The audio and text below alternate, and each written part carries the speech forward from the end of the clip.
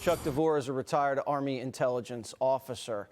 So we got a lot of options now for the commander-in-chief. The Marines are going to get there from Japan soon. We got the 82nd on the way.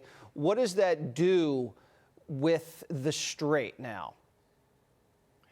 Well, Jesse, it radically multiplies the lethality available to the CENTCOM commander, Admiral Cooper. He has so many different ways that he can apply pressure, so many different types of operations that are now available to him that were not available to him with simply using air power alone. And let's very briefly talk about that just for a moment. Let's go back, Jesse, just 4 weeks ago, 4 long weeks ago, and think, would we even in our wildest dreams imagine that we would be where we are today insofar as the number of casualties the U.S. military has suffered and the Israeli military, the civilian casualties, the number of rockets that have been launched successfully from Iran, the drones, Hezbollah, the whole ticket. This has been a fantastic operation that has far exceeded anything any honest critic could ever dream of. Yeah, so yes, with that said, it's not over.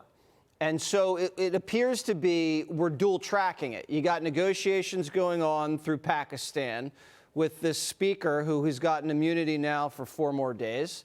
And while at the same time you got Marines and paratroopers moving in to do what needs to be done in case the negotiations don't go well.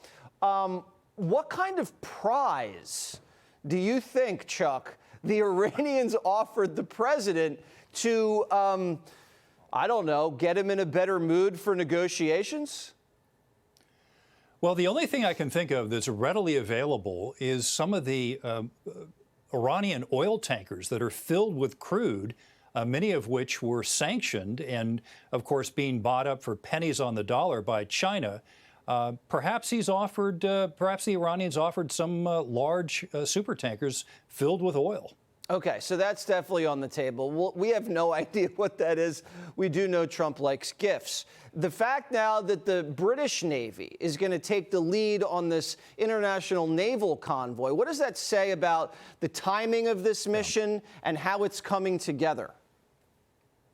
Well, again, now you're seeing the excellent diplomacy that the Trump administration team has been able to pull off. This is where you see Secretary of State Marco Rubio really pulling his weight.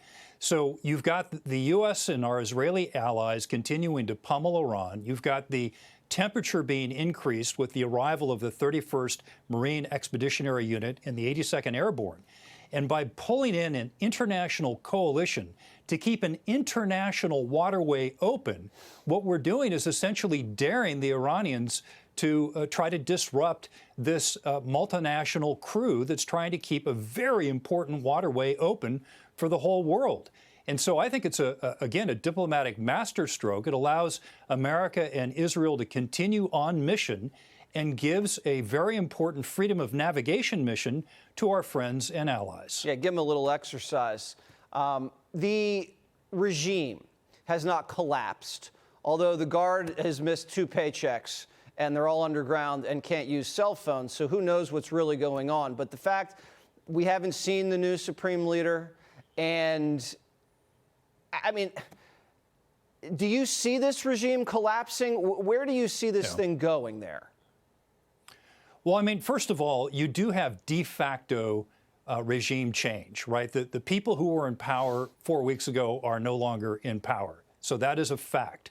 The question, though, is what type of regime do we have? Do we have an injured terror regime that wants to continue to try to project power and terror attacks through its proxies, the Houthi rebels, Hezbollah, Hamas, units in clandestine kill teams here in America or in the Western Hemisphere? Or do we have a weakened Iran that wants to focus on development, to give their own people better lives, to simply trade peacefully with other nations? That's, of course, what we're looking for. And if it happens kind of the same way the president has managed to do in Venezuela or might happen yet in Cuba, that's fine. We don't need to have blood on the streets.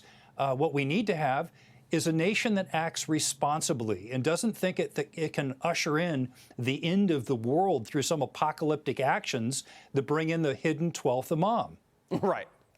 Maybe a military dictatorship not a fanatical clerical dictatorship, might be better off if they're weakened, they're crippled, and they focus internally. Because, you know, you're not looking for regime change. You want to just change the regime's behavior. And that might be the best outcome. Chuck, great to talk to you as always. Absolutely. Thank you so much for your insight. Of course. Click here to subscribe to the Fox News YouTube page to catch our hottest interviews and most compelling analysis. You won't get it anywhere else.